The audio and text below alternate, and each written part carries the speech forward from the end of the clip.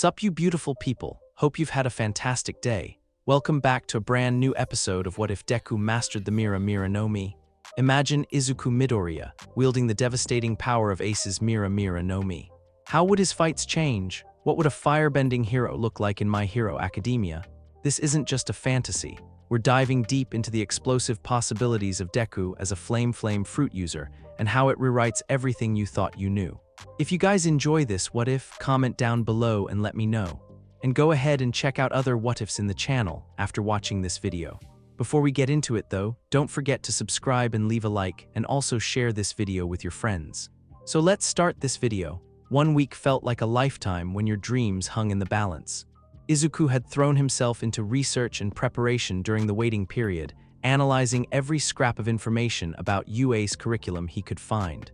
Hero course schedules, faculty profiles, campus layouts, even cafeteria menus. Anything to distract himself from the gnawing anxiety that maybe, despite everything, it hadn't been enough. The letter arrived on a Tuesday morning, delivered by a service that specialized in life-changing correspondence. The envelope was heavier than expected, made of premium paper that felt substantial beneath his trembling fingers. His mother hovered nearby, her own anxiety barely contained, as she watched him break the seal with careful precision. What emerged wasn't just a letter, but a small device that immediately projected a hologram the moment it touched air. "I am here," All Might's voice boomed from the miniature projection, his muscle form grinning with characteristic enthusiasm. As a hologram, Izuku's heart stopped, then started beating so fast he was surprised his devil fruit power didn't respond to the emotional spike. "Young Midoriya," the holographic All Might continued, "I'm pleased to inform you that you have been accepted into UA High School's hero course. But that's not all. Let me break down your performance on the practical exam." Numbers appeared in the air beside the projection. Villain points 45, an impressive score that puts you in the top tier of examinees. But here at UA, we don't just evaluate destructive capability. The display shifted to show additional categories.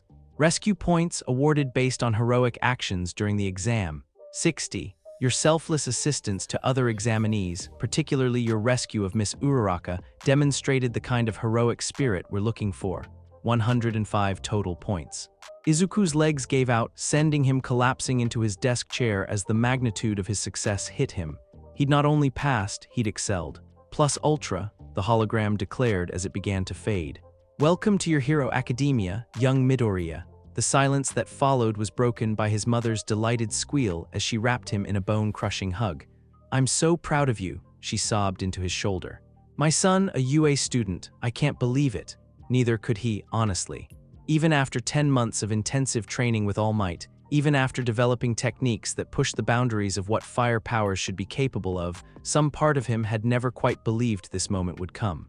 "I need to call All Might," he said suddenly, extracting himself from his mother's embrace. "He should know the results." "Of course, honey, I'll start making celebratory katsudon," but when Izuku tried All Might's number, it went straight to voicemail. A text message appeared moments later, "In meetings all day. Congratulations on your acceptance. Looking forward to seeing your continued growth." All Might, the formal tone was probably necessary for operational security, but it carried an undertone of pride that made Izuku smile. His mentor was likely dealing with his own preparations for the new school year. After All Might would be joining UA as a teacher. The next 2 weeks passed in a blur of preparation. Shopping for supplies, physical conditioning to maintain his training regimen, and careful practice with his devil fruit abilities to ensure perfect control on his first day. The last thing he needed was an accidental manifestation that revealed the true nature of his power to his new classmates. When the morning finally arrived, Izuku stood before the imposing gates of UA. High school, wearing the crisp uniform that marked him as a legitimate student rather than a hopeful applicant.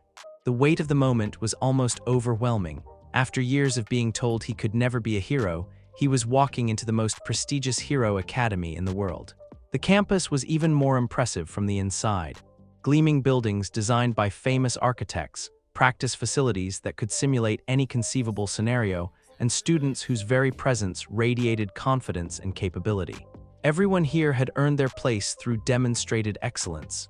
Including me, Izuku reminded himself as he navigated toward Class 1A. "I belong here now."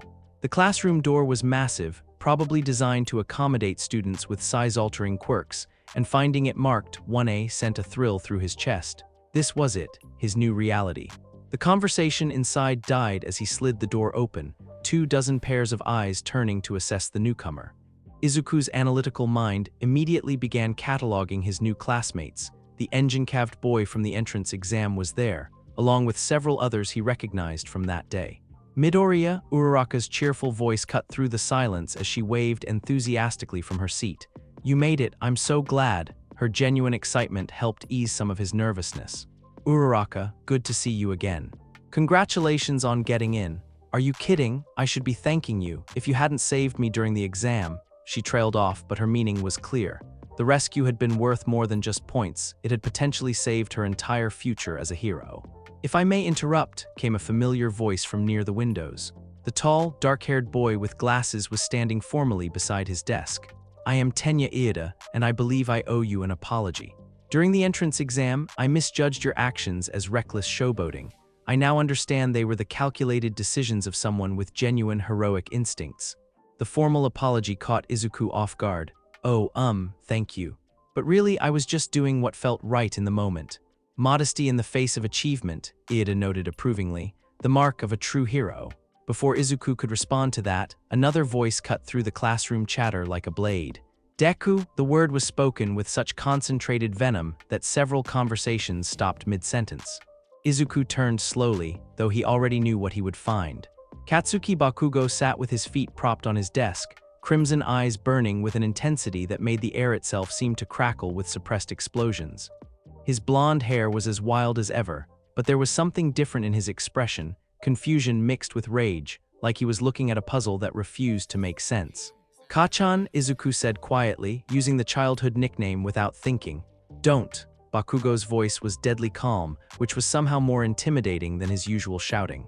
"Don't you dare Kachan me, you lying piece of shit." The entire classroom had gone silent now, tension thick enough to cut with a knife. Students were exchanging worried glances, clearly sensing the history between these two but not understanding its nature. "I don't know what you're talking about," Izuku replied, though they both knew it was a lie. Bakugo was on his feet in one fluid motion, small explosions popping from his palms as his quirk responded to his emotional state. "You had a quirk this whole time. This whole fucking time, and you let me. You let everyone." He couldn't seem to finish the sentence, but Izuku understood. Years of bullying, of being called useless, of having his dreams crushed under the weight of genetic inadequacy, all of it recontextualized by the revelation that he'd possessed power all along. "It's not what you think," Izuku said carefully. "My quirk manifested late, very late. I was as surprised as anyone when—" "Bullshit," Bakugo exploded literally. Small detonations erupted around him as his control slipped, filling the air with smoke and the sharp scent of nitroglycerine. "Late manifestation my ass, you were holding back. You were pretending to be weak while I— sit down." The new voice was calm, measured, and carried absolute authority despite its quiet volume. Every head in the classroom turned toward the front, where a man in a sleeping bag was somehow standing upright beside the teacher's desk. His long black hair hung loose around his face, and his eyes held the kind of tired intensity that spoke to years of dealing with teenage drama. "I said sit down," the man repeated when Bakugo hesitated. "All of you. My name is Shota Aizawa, and I'm your homeroom teacher. We have a lot to cover today, and I don't have time for playground disputes." Bakugo's explosions died away as he reluctantly returned to his seat, though the murderous glare he directed at Izuku promised their conversation wasn't finished. Aizawa pulled himself fully out of the sleeping bag, revealing a rumpled hero costume beneath. "Put these on and meet me at the practice field in 10 minutes, he said, producing a stack of UA gym uniforms. "We're starting with a quirk assessment test." A girl with short brown hair, not Uraraka, but someone else, raised her hand tentatively. "What about orientation, the entrance ceremony?" "Waste of time," Aizawa replied bluntly. "If you want to become heroes, you need to prove you have what it takes beyond flashy entrance exam performances. The student with the lowest score will be immediately expelled." The casual announcement sent shock waves through the classroom. Expelled on the first day, before they'd even had a chance to prove themselves in actual coursework. "Is that legal?" someone whispered. "UA has full discretion in maintaining its standards," Aizawa answered, apparently having heard the quiet question. "Over the past 3 years, I've expelled entire classes when they failed to meet expectations.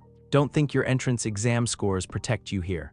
As students scrambled to change into gym uniforms, Izuku found himself processing the implications of what was about to happen. A quirk assessment test meant demonstrating abilities in measurable ways, exactly the kind of evaluation that could expose inconsistencies in his cover story. 10 months of training, he reminded himself as he pulled on the blue and white uniform. All Might prepared me for this. I just need to present my devil fruit power as a really unusual fire-type quirk. The practice field was a massive outdoor facility with equipment designed to test every conceivable type of ability. Aizawa had set up 8 different stations: 50-meter dash, grip strength, standing long jump, repeated side steps, ball throw, distance run, sit-ups, and seated toe touch. You did these tests in middle school without using your quirks, Aizawa explained to the assembled class. Now I want to see your peak performance with abilities included. Bakugo, you scored highest on the entrance exam. Step up for the ball throw demonstration. Bakugo took the softball with obvious confidence, winding up like a professional pitcher. As he released it, his palm erupted in a controlled explosion that sent the ball screaming across the sky like a rocket. Die, he shouted, apparently unable to help himself. The ball disappeared into the distance, and Aizawa's device beeped with the final measurement, 705.2 meters. See, their teacher said as impressed murmurs rippled through the class. This is what you should be aiming for, using your quirks creatively to maximize performance in practical applications. As students were assigned to different stations, Izuku found himself paired with a boy who appeared to be made of dark shadow and a girl whose hair seemed to defy gravity. The shadow boy introduced himself as Fumikage Tokoyami, speaking in an oddly formal manner about the darkness that dwells within. The girl, Mina Ashido, was cheerfully pink with small horns and an infectious enthusiasm for everything around her. So what's your quirk? Ashido asked as they approached the grip strength station. I saw you during the entrance exam, something with fire, right? Flame manipulation, Izuku replied, which was technically true. It manifested late, so I'm still figuring out all the applications. Late manifestation, Tokoyami's red eyes showed interest. How late? About 10 months ago. Another truth carefully phrased, it's been. An adjustment, Ashido went first on the grip strength test, her acid-producing quirk apparently providing no advantage for pure physical pressure. She managed a respectable 40 kilograms, well above average for their age group. Tokoyami summoned a shadow creature that wrapped around the device like a living glove, registering an impressive 95 kilograms. Then it was Izuku's turn. He wrapped his fingers around the grip tester and concentrated on his devil fruit power, but not in the way his classmates might expect. Instead of generating visible flames, he focused on increasing his muscle temperature just enough to optimize fiber contraction without causing damage. The technique was something All Might had helped him develop, using thermal manipulation to enhance his physical capabilities subtly. The device registered 98 kilograms, earning surprised looks from his testing partners. Damn Midoriya, Ashido exclaimed. How does fire help with grip strength? Heat can increase muscle efficiency, he explained, which was mostly true. Proper thermal regulation allows for better performance. At the 50-meter dash, Izuku used controlled flame propulsion to enhance his stride length and speed, crossing the finish line in 4.3 seconds. The standing long jump became an opportunity to demonstrate precise thrust vectoring, launching himself 8.2 meters through careful application of directional fire jets. With each test, he could feel eyes on him, not just from his immediate classmates, but from Aizawa, who was observing everyone with the intensity of a hawk studying potential prey. The teacher's expression revealed nothing, but Izuku sensed he was being evaluated on levels beyond simple performance metrics. The ball throw station was where things got interesting. Midoriya, Aizawa called out when his turn arrived. Let's see what that fire quirk can really do. Izuku took the softball, feeling its weight and considering his options. He could use simple flame propulsion like Bakugo's explosion technique, but that felt like copying. Better to demonstrate the unique capabilities he'd developed through months of training. Instead of throwing the ball normally, he held it steady in his palm and began superheating the air around it. Not enough to damage the ball itself, but sufficient to create a powerful thermal updraft. Then, with careful timing, he released both the ball and a concentrated burst of heated air that sent it rocketing skyward on an invisible column of rising atmosphere.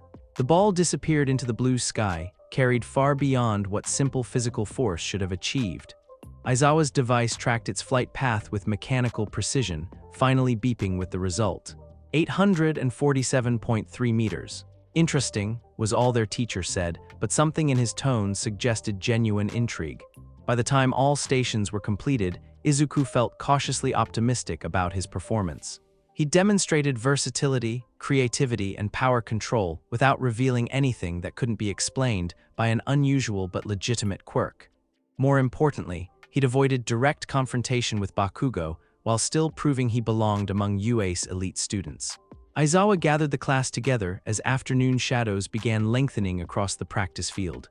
"Results are in," he announced, pulling up a holographic display that ranked all 20 students by overall performance. Izuku found his name in 5th place, behind Todoroki, Bakugo, Ida, and Yaoyorozu, all students with quirks particularly suited to these kinds of tests. 5th out of 20 elite candidates felt like vindication of everything he'd worked toward. But his attention was drawn to the bottom of the list, where a boy with purple hair clusters was ranked 20th. Minta, if he remembered the introductions correctly, the student looked terrified, clearly expecting to be expelled on the spot. "Oh, and about that expulsion," Aizawa's tired eyes held a hint of amusement.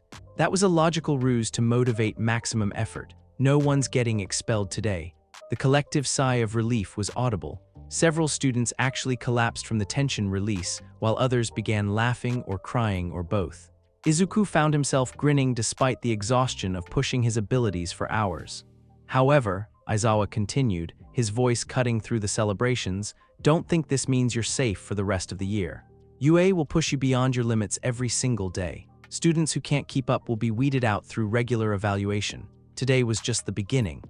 As they filed back toward the main building, Izuku found himself walking alongside Uraraka and Ida, their earlier interactions having apparently established some kind of friendship group.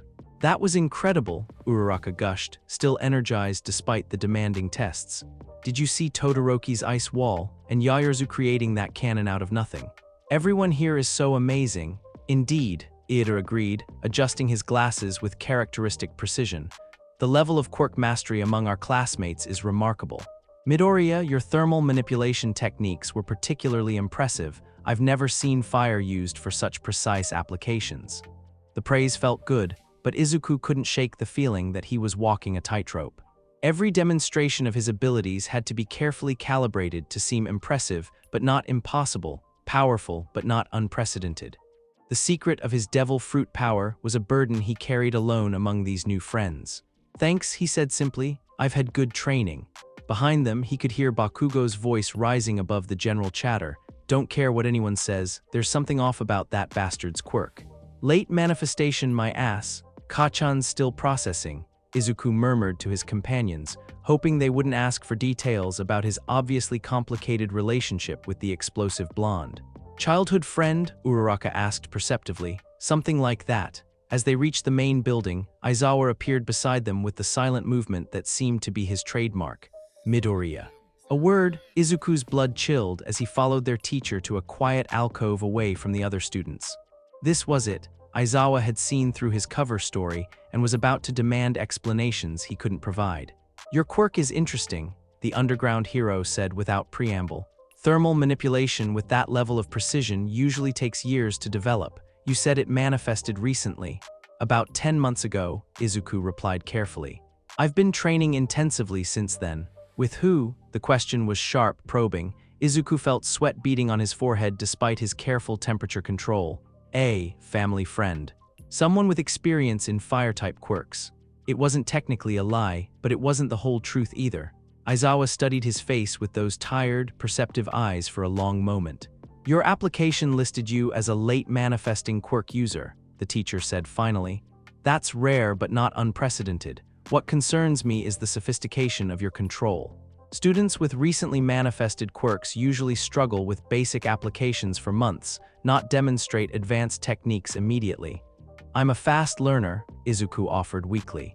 Clearly, Aizawa's expression revealed nothing of his thoughts. "Just remember that UA has resources to help students with unusual circumstances. If there are aspects of your quirk development you haven't discussed with school counselors, now would be the time to bring them up."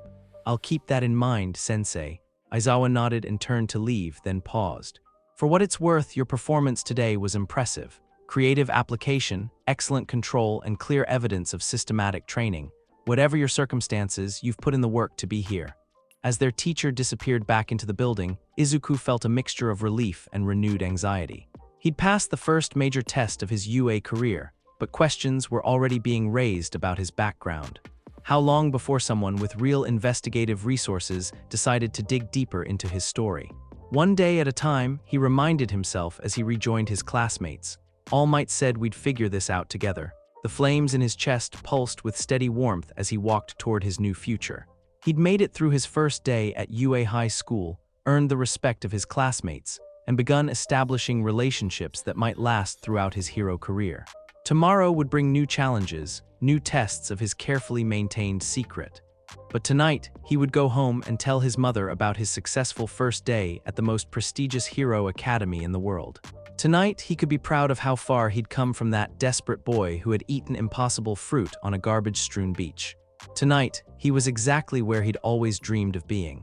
The symbol of peace made quite an entrance, even by All Might standards. The classroom door exploded inward, not literally, though with Bakugo present that was always a possibility, as All Might strode through in his full muscle form glory. His hero costume gleamed under the fluorescent lights, cape billowing dramatically despite the complete absence of wind, and his trademark smile blazed across his face with enough wattage to power half of Tokyo. "I am here," he announced unnecessarily, given that his presence filled the entire room like concentrated sunlight. Coming through the door like a hero, 21 students, including Izuku, stared in various states of awe, excitement, and disbelief. Even after accepting admission to UA, having the world's greatest hero as their actual teacher felt surreal. Izuku felt his devil fruit power responding to his emotional spike, warmth building in his chest as he fought to maintain composure. The last time he'd seen All Might, the man had been in his skeletal form, providing final encouragement before the entrance exam.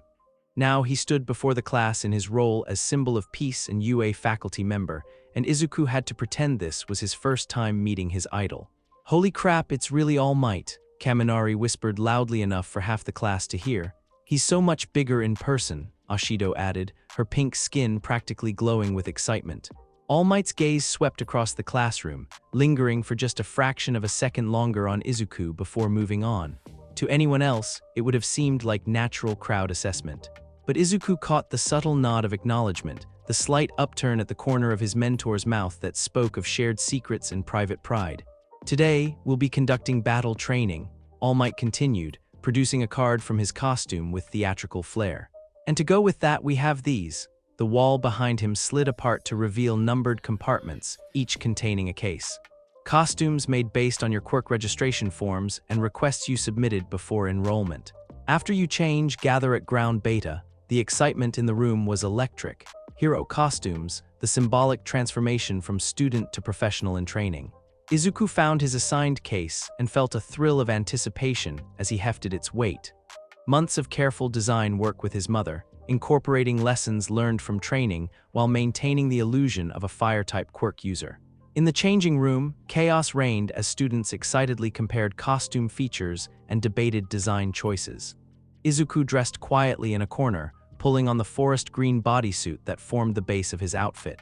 The material was heat-resistant but breathable, designed to accommodate both flame generation and the temperature fluctuations that came with devil fruit power.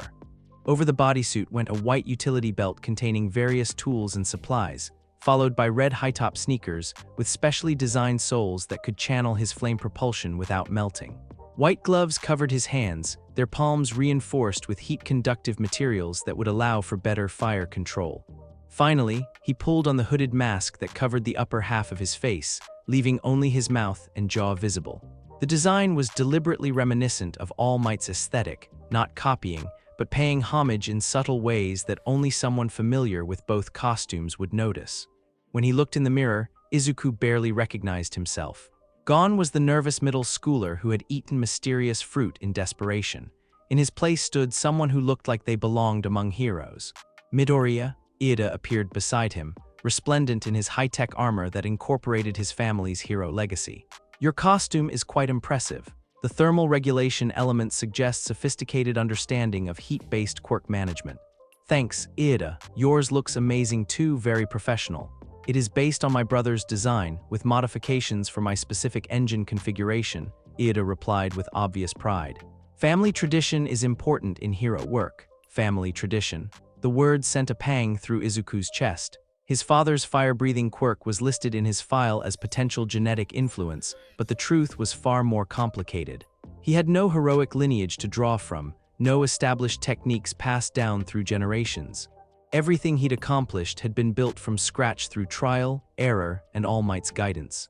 Ground Beta was a sprawling urban simulation area designed to replicate real city conditions for training purposes. Multi-story buildings stretched in every direction, complete with working infrastructure and realistic damage potential. This was where heroes learned to operate in environments filled with civilians, property concerns, and three-dimensional tactical challenges. All Might stood waiting in the central plaza, his cape billowing in the artificial breeze generated by the facility's climate systems. As students gathered around him, Izuku couldn't help but marvel at the surreal nature of the situation. His secret mentor was about to teach him and his classmates how to be heroes, and Izuku had to pretend this was all new information. "Looks like everyone's ready," All Might boomed, his smile somehow growing even brighter. "Now then, let's review today's lesson, the trial of battle." He gestured dramatically toward the urban environment around them. Most of the villain fights you see on the news take place outside. However, statistically speaking, run-ins with the most dastardly evildoers take place indoors. Between confinement, structural damage, and civilian evacuation concerns, indoor battles present unique challenges that require creative problem-solving. A holographic display materialized, showing building layouts and tactical scenarios. Today's exercise is heroes versus villains. You'll be split into teams of 2, with heroes attempting to secure a mock nuclear weapon while villains defend it. Heroes win by touching the weapon or capturing both villains within the time limit. Villains win by capturing both heroes or running out the clock. Excitement rippled through the assembled students as they absorbed the parameters. This was it, their first real combat exercise against each other, using their quirks in tactical scenarios. Now then, All Might continued, producing a box containing lettered balls. "Let's decide teams." The selection process was tense, each student hoping for favorable matchups while dreading potentially difficult opponents. When Izuku drew his ball, he felt a mixture of relief and anticipation. Team A partnered with Uraraka. The gravity girl grinned at him from across the circle. Partners again. This should be fun, but Izuku's attention was drawn to the murderous glare Bakugo was directing his way. The explosive blonde had drawn Team D, partnered with Ida, and his crimson eyes promised violence the moment they ended up in opposing roles. All Might continued the selections, his booming voice filling the plaza. Team A will be heroes, Team D will be villains, everyone else observation room for analysis and critique, of course. Izuku's first major training exercise would pit him directly against his childhood friend-turned-tormentor, with the added complication of having to maintain his cover story while demonstrating competence. The universe apparently had a sense of humor. "Heroes get 5 minutes to strategize before the exercise begins," All Might announced. "Villains, head to the designated building and prepare your defenses." As Bakugo stalked away with Ida in tow, his parting words carried clearly across the plaza. "I'm going to expose you for the lying piece of shit you are, Deku."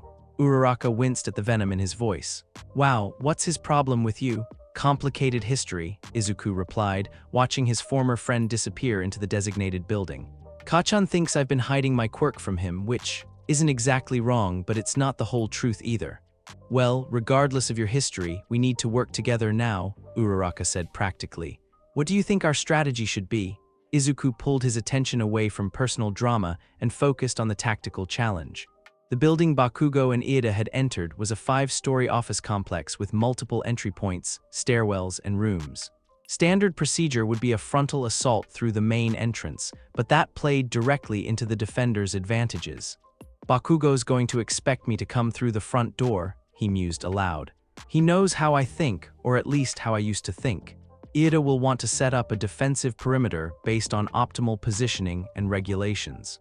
Together, they'll probably establish overlapping fields of fire in the main corridors. "So we don't go through the main corridors." "Exactly." Izuku's analytical mind was already working through possibilities, incorporating lessons from months of tactical training with All Might. "Your gravity quirk can let us approach from unexpected angles, walls, ceilings, exterior surfaces.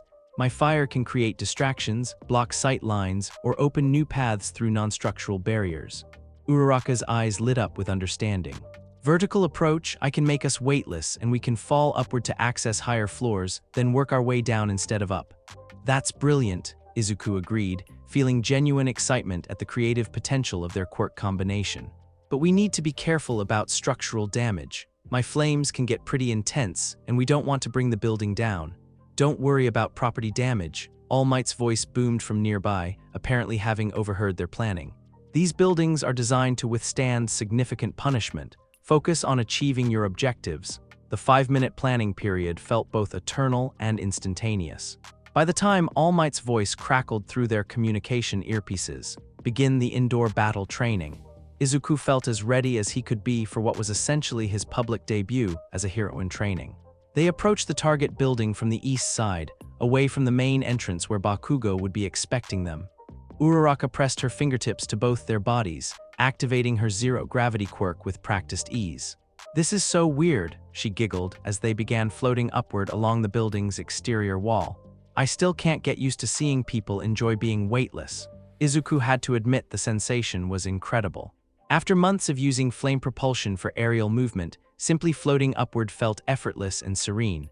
But more importantly, it was completely silent, no rocket exhaust or thermal disturbance to alert their opponents. They reached the 4th floor without incident, finding a window that looked into what appeared to be a conference room. Izuku pressed his palm against the glass and began applying gentle heat, not enough to shatter it but sufficient to expand the material until the window's locking mechanism disengaged. "Nice technique," Uraraka whispered as they slipped inside. "I never would have thought of using heat for lock-picking." "Fire's more versatile than most people realize," Izuku replied, though privately he knew that normal fire quirks wouldn't allow for such precise temperature control. Devil fruit power operated on completely different principles than genetic abilities. The building's interior was a maze of cubicles, conference rooms, and office spaces designed to simulate real urban environments. Emergency lighting cast everything in an eerie red glow, and the silence was oppressive after the noise of the plaza outside. "Where do you think they put the weapon?" Uraraka asked as they made their way toward the central stairwell. "Top floor, most likely. Ida will want to maximize our travel time while Bakugo prepares whatever explosive surprise he's planning." Izuku paused at a corner, using a small flame to create heat distortion that would reveal any hidden observers around the bend. "But we need to be careful. Kachan's not going to wait for us to reach the objective. He'll want to engage as soon as possible." As if summoned by his words, the sound of explosions echoed from somewhere below them. Not the sharp crack of Bakugo's combat blasts, but the deeper rumble of structural damage. "What was that?" Uraraka whispered. Before Izuku could answer, smoke began pouring through the ventilation system. Not the clean white smoke of fire suppression, but the acrid gray cloud that came from burning plastic and electronics. Within seconds, visibility throughout their floor dropped to nearly zero. "Smoke screen," Izuku realized. "He's trying to flush us out or force us into a defensive position." But two could play that game. Izuku held up both hands, flames dancing around his fingers as he began manipulating the air currents in their immediate area. Instead of generating more fire, he focused on creating precise thermal updrafts that would push the smoke away from their position while drawing fresh air down from higher floors. The technique required incredible control. Too much force and he'd create visible air disturbance that would give away their position. Too little, and the smoke would overwhelm them. But months of training had given him the precision to thread that needle perfectly. Within moments, they were standing in a clear bubble of breathable air while smoke swirled around them like a gray hurricane. "That's amazing," Uraraka gasped, though she kept her voice low. "How are you doing that?" "Thermal manipulation," Izuku replied, which was technically accurate. "Hot air rises, cool air sinks. Control the temperature gradients, and you can direct airflow." They began moving through the smoke-filled floor, using Izuku's air manipulation to maintain a pocket of clear visibility around them. The eerie silence was broken only by their careful footsteps and the distant sound of Bakugo's explosions from somewhere in the building. That's when Iida struck. The engine-powered hero came through the smoke like a blue and silver missile, his recipro burst technique turning him into a human projectile aimed directly at Uraraka. But Izuku's enhanced senses, honed by months of combat training, caught the telltale whine of turbocharged engines just before impact. "Heat barrier," he shouted, pressing both palms forward and generating a wall of superheated air between Iida and his partner. The technique wasn't visible flame, It was pure thermal energy that created a zone of air too hot to safely traverse. Ieda's charge carried him directly into the barrier, where the sudden temperature spike overwhelmed his cooling systems and forced him to abort his attack. "Ingenious," Iida called out as he skidded to a halt, his armor smoking from the thermal exposure. Using heat as a defensive measure rather than offensive, most Fire-type quirk users focus solely on destructive applications. "Thanks for the analysis," Izuku replied, already moving to capitalize on their positional advantage. "Uraraka now," she touched the floor beneath Iida's feet, making the entire section weightless. Without gravity to provide traction, his engine quirk became a liability, sending him spinning helplessly through the air with no way to control his movement. But before they could capitalize on Iida's vulnerability, the entire floor erupted in explosions. Bakugo came through the smoke like an avatar of controlled destruction, his palms crackling with barely contained detonations. "Found you, you lying bastard." The explosive blasts weren't aimed directly at them. Bakugo was too skilled to risk serious injury to classmates, but the concussive force and thermal shock were still devastating. Cubicle walls disintegrated, ceiling tiles rained down like deadly confetti, and the smoke that had been providing concealment was blown away in all directions. "Finally," Bakugo snarled as the air cleared, revealing their positions. "No more hiding, no more tricks. Just you, me, and whatever bullshit quirk you've been lying about." Izuku felt something cold settle in his stomach as he met his former friend's crimson gaze. This wasn't just about the training exercise anymore. This was personal, years of resentment and confusion, and wounded pride all focused into explosive fury. "Kachan, this isn't the time. Don't you dare." Bakugo's voice cracked like a whip as he launched himself forward, explosions propelling him across the destroyed office space. "You made me think I was better than you. You let me believe I was special while you were hiding this the whole time." The emotional pain in his voice was almost as devastating as his physical attacks. But Izuku couldn't afford to process that now Bakugo was coming in fast and hard, with enough explosive force to level what remained of their floor. "Thermal lance," Izuku countered, projecting a concentrated beam of superheated air that met Bakugo's charge head-on. The collision was spectacular. Bakugo's explosions met Izuku's thermal beam in a display of raw power that sent shockwaves through the entire building. Windows shattered, structural supports groaned, and both combatants were thrown backward by the recoil of their own abilities. But Izuku recovered faster. His devil fruit power was more integrated with his nervous system than any normal quirk, allowing for split-second adjustments that gave him a crucial advantage in close combat. "Flame spiral," he called out, generating a rotating column of fire that began consuming the oxygen in Bakugo's immediate area. The technique wasn't meant to burn. It was designed to create a localized atmosphere that would make explosions impossible by removing the oxygen necessary for combustion. Bakugo's quirk relied on mixing his nitroglycerin-like sweat with air to create detonations. No oxygen meant no explosions. "What the hell?" Bakugo gasped as his palms sparked uselessly, his quirk failing for the first time in his memory. "How are you? What kind of fire quirk?" "The versatile kind," Izuku replied, pressing his advantage by closing distance while Bakugo was disoriented. But he'd forgotten about Iida. The engine hero had recovered from his weightless spin and was now charging from an unexpected angle, using the building's structural supports to ricochet his way toward them with pinpoint precision. "Recipro burst," Iida shouted, his engines roaring as he aimed for what appeared to be a decisive strike. Uraraka tried to intercept, making herself weightless to position for a gravity-assisted tackle, but Iida's timing was perfect. His armored shoulder caught her in the midsection, sending her flying across what remained of the office floor. "Uraraka," Izuku spun toward his fallen partner, flames instinctively flaring around him as protective instincts overrode tactical thinking. Which was exactly what Bakugo had been waiting for. The explosive blonde had moved outside his oxygen-depleted zone and was now coming in from behind, his palms already crackling with renewed detonations. "You always were too soft, Deku."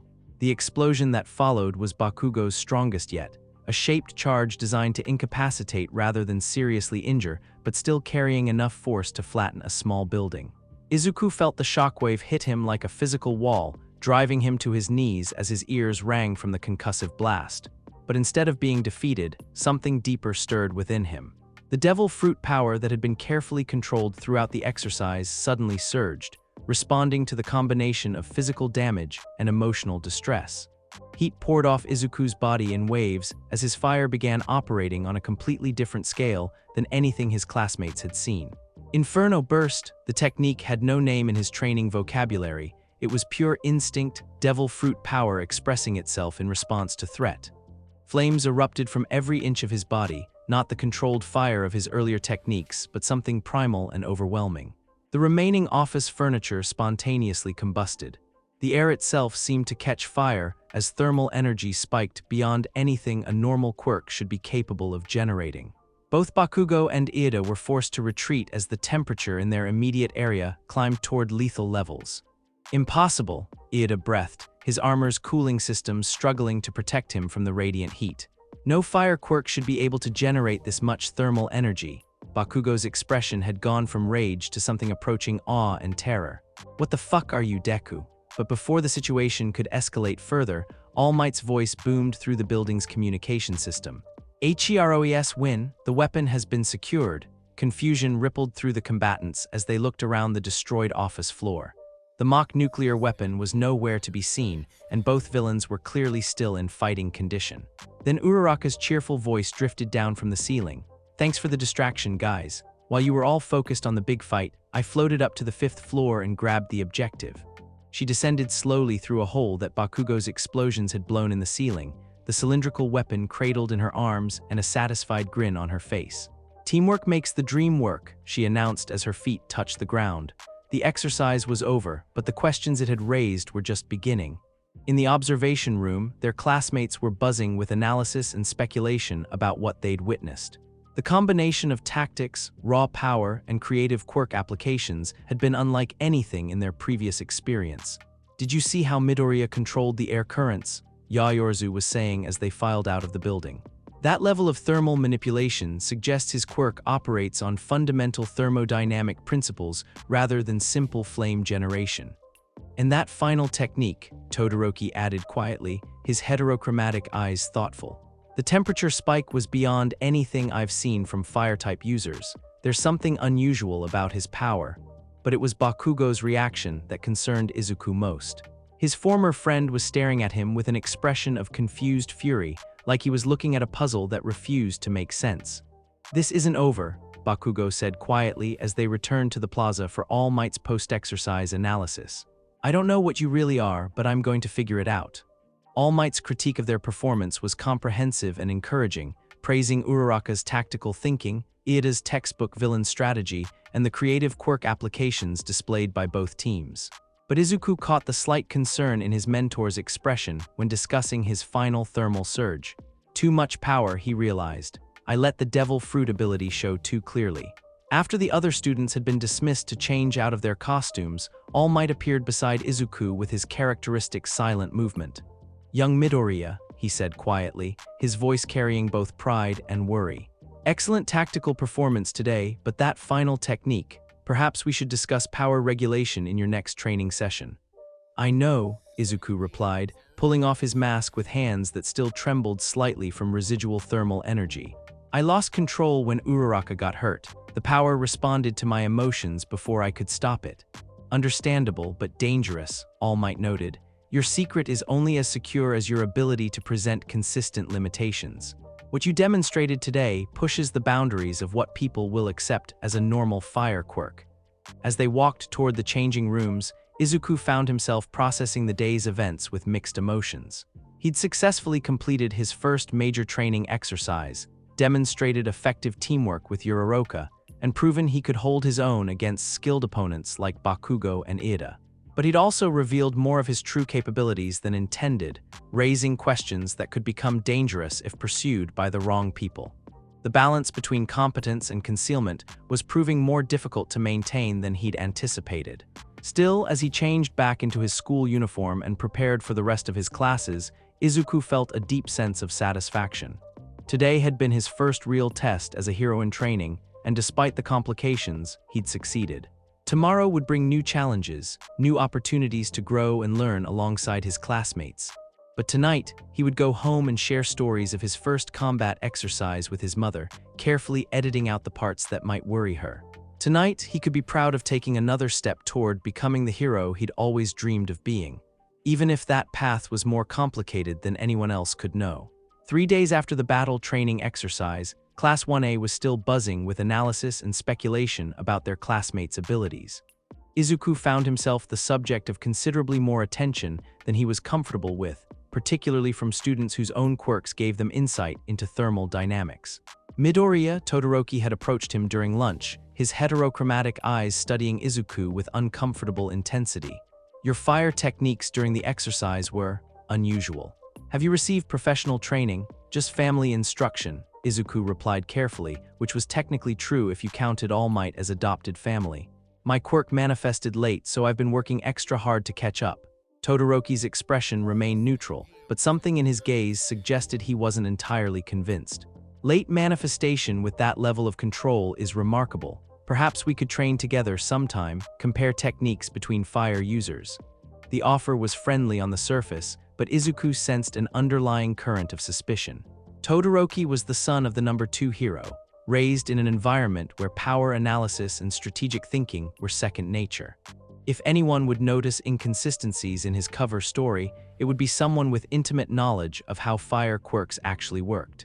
"Maybe sometime," Izuku hedged. "I'm still figuring out a lot of basics." Before Todoroki could press further, their conversation was interrupted by an announcement over the school's PA system. "Class 1A, please report to the main entrance for your field trip to the Unforeseen Simulation Joint Facility." The USJ, a massive training complex designed to simulate every conceivable disaster scenario heroes might encounter. Izuku had read about the facility extensively during his research into UA's curriculum, and the prospect of testing his abilities in controlled emergency situations was genuinely exciting. As they boarded the bus that would transport them to the facility, Izuku found himself sitting next to Tsuyu Asui, a girl whose frog-like appearance masked one of the sharpest analytical minds in their class. "Call me Tsu," she said in her characteristic straightforward manner. "I've been thinking about your quirk, Midoriya. The way you manipulated air currents during the exercise was really impressive, Ribbit." "Thanks, Tsu. Your tongue and camouflage abilities are pretty amazing too. I'm curious about something though," she continued, tilting her head with amphibian precision. "Most fire quirks have some kind of limitation or drawback.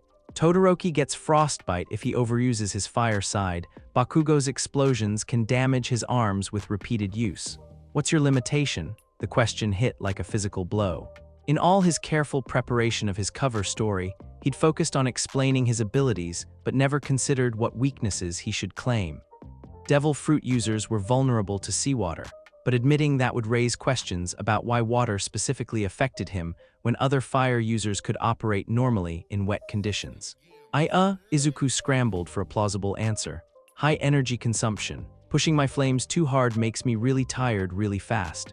It wasn't entirely false. His more advanced techniques did require significant physical effort, but it felt hollow compared to the genuine limitations his classmates faced.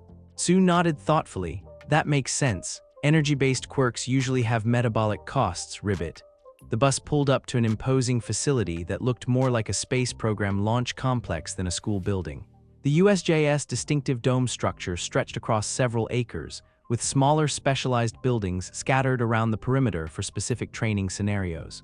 "Welcome to the Unforeseen Simulation Joint," announced a figure in a bulky space suit as they disembarked. "I'm the space hero, 13, and I'll be your instructor for today's rescue training."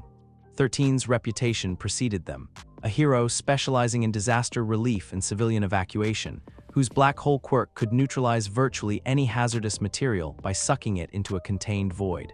If anyone understood the life-saving applications of potentially destructive powers, it was them. "Rescue training is the foundation of all heroic work," 13 explained as they entered the main facility. "Today, you'll be practicing in various disaster scenarios designed to test your ability to save lives rather than simply defeat villains." The interior of the USJ was breathtaking.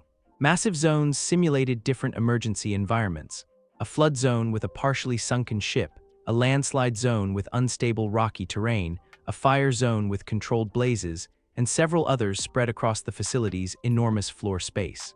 But as 13 continued their orientation speech, Izuku noticed something that made his enhanced senses prickle with unease. The air near the main entrance was shimmering with what looked like heat distortion.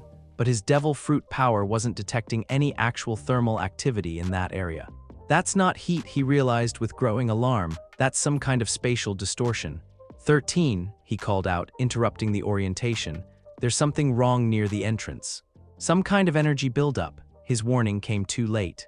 The air split open like torn fabric, revealing a swirling black void that disgorged dozens of figures onto the USJ Central Plaza. Villains, their faces hidden behind various masks and costumes, spread out with the practiced efficiency of a well-coordinated assault team. At the center of the invasion stood two figures that made Izuku's blood run cold. A man covered in severed hands, his pale blue hair hanging in limp strands around a face marked by madness and childish petulance. And beside him, a hulking creature with exposed brain tissue and a bird-like beak that radiated power on a scale Izuku had never encountered. 13, get the students out of here. Aizawa was already moving, his capture weapon unspooling as he prepared to engage multiple opponents simultaneously. But escape wasn't an option. The warp villain, because that's clearly what had created the spatial distortion, was already moving to cut off their retreat. Black void energy spread across the facility's exits, trapping students and teachers alike within the combat zone. "Where is All Might?" the pale villain called out, his voice carrying across the USJ with childish disappointment. "He was supposed to be here. This isn't any fun without the final boss." Shigaraki, Izuku realized, his analytical mind cataloging threat details even as terror flooded his system.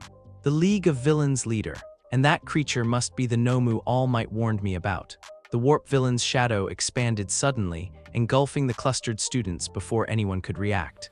Izuku felt the disorienting sensation of spatial displacement, his inner ear screaming conflicting information about up and down as reality twisted around him. When the warping effect ended, he found himself in waist-deep water with three of his classmates.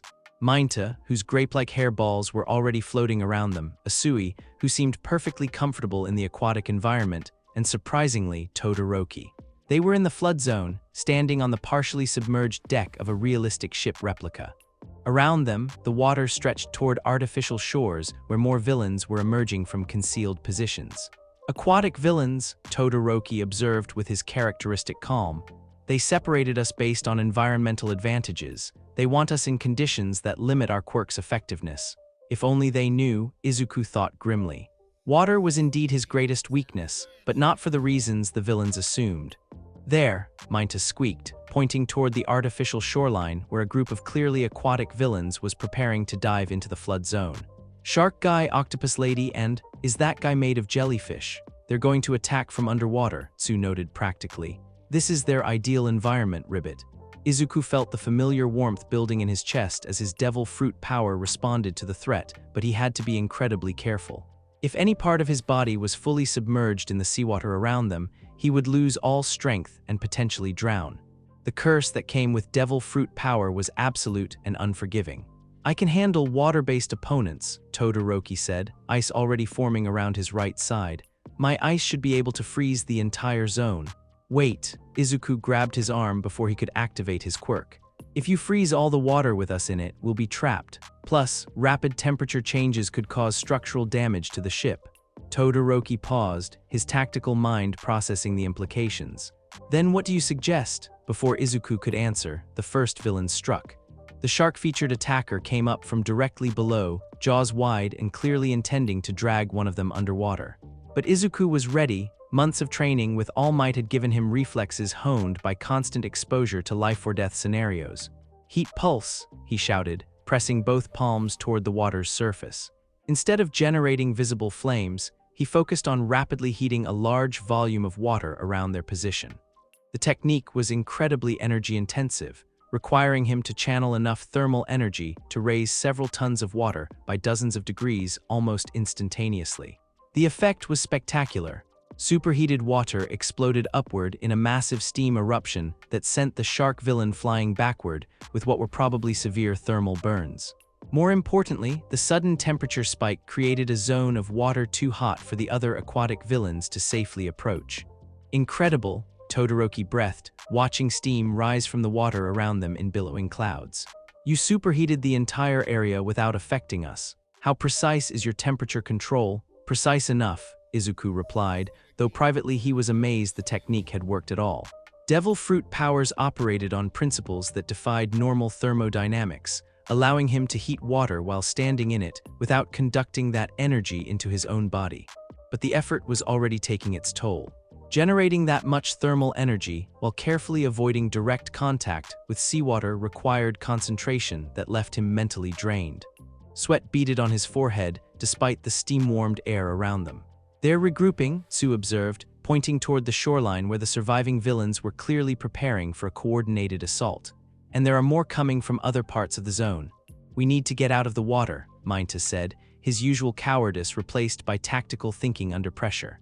"Find higher ground and force them to come to us instead of fighting in their preferred environment."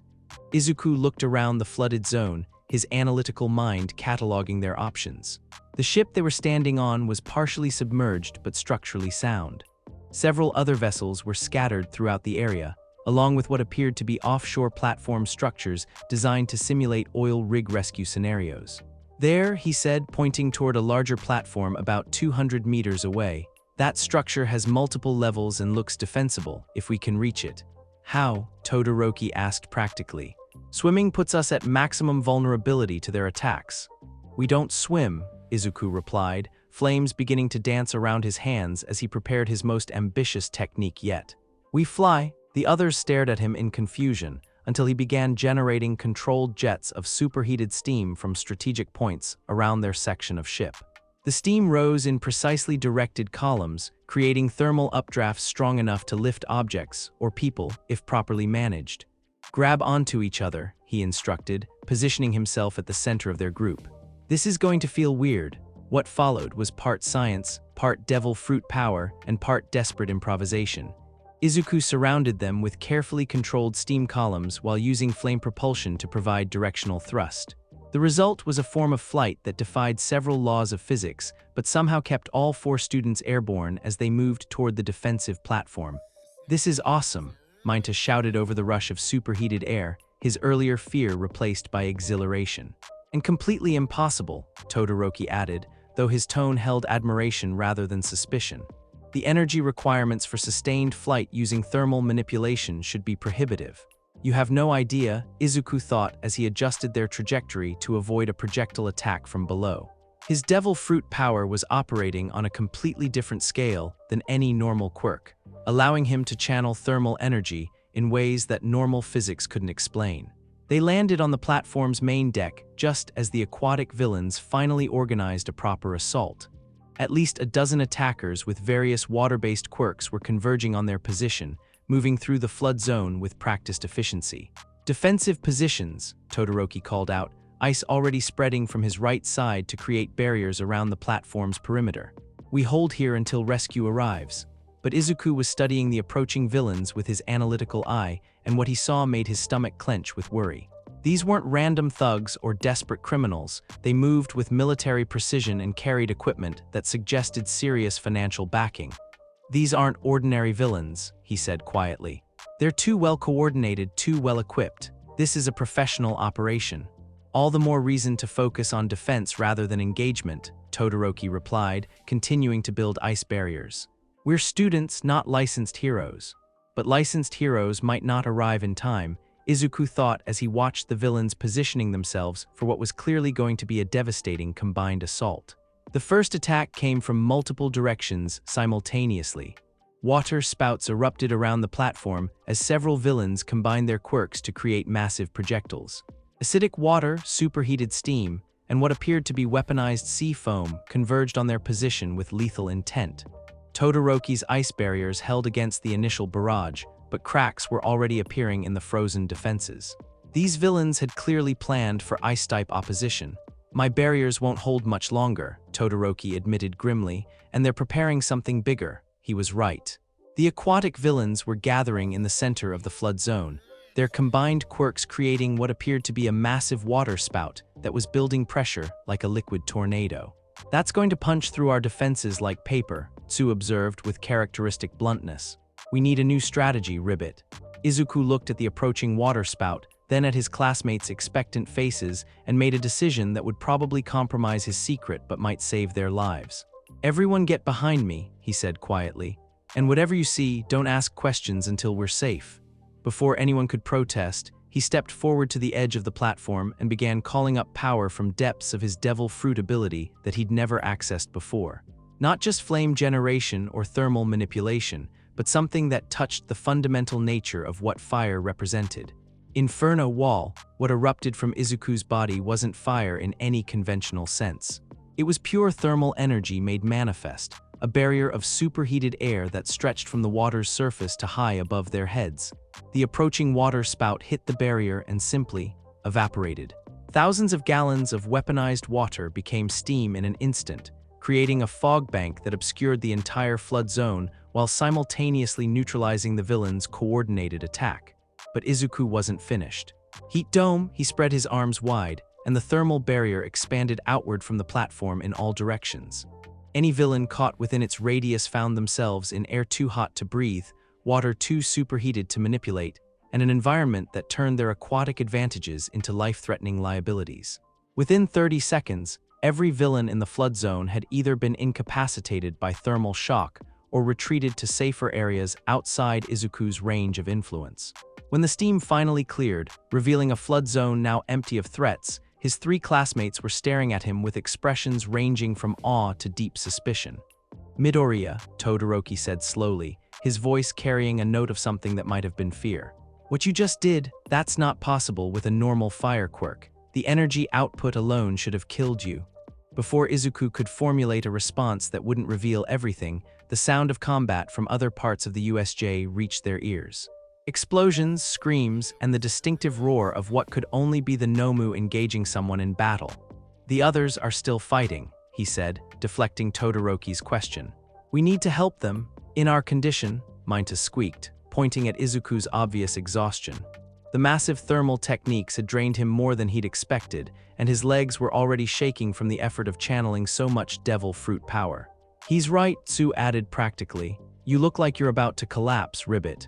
But even as his body screamed for rest, Izuku could hear the sounds of his classmates in danger. Somewhere in the USJ, his friends were fighting for their lives against villains who had come prepared for war. "I'll be fine," he lied, flames flickering weakly around his hands as he prepared to push his abilities even further. "We can't abandon everyone else." Todoroki studied his face for a long moment, then nodded grimly. "Then we move together. But Midoriya, when this is over, we're going to have a very long conversation about exactly what your quirk really is." As they prepared to leave the flood zone and rejoin the larger battle, Izuku felt the weight of secrets pressing down on him like a physical force. His devil fruit power had saved their lives and neutralized a significant threat, but it had also revealed capabilities that no normal quirk should possess. The questions would come eventually, from Todoroki, from other classmates, from teachers and investigators who would want to understand how a student had generated enough thermal energy to evaporate thousands of gallons of water in seconds. But those were problems for later.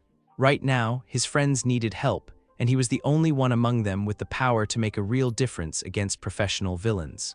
The flames dancing around his exhausted form pulsed with determination as they moved toward the sounds of battle. Whatever the consequences, whatever secrets were exposed, he would not let his classmates face this threat alone. Even if it meant revealing exactly what the boy who had eaten impossible fruit had truly become.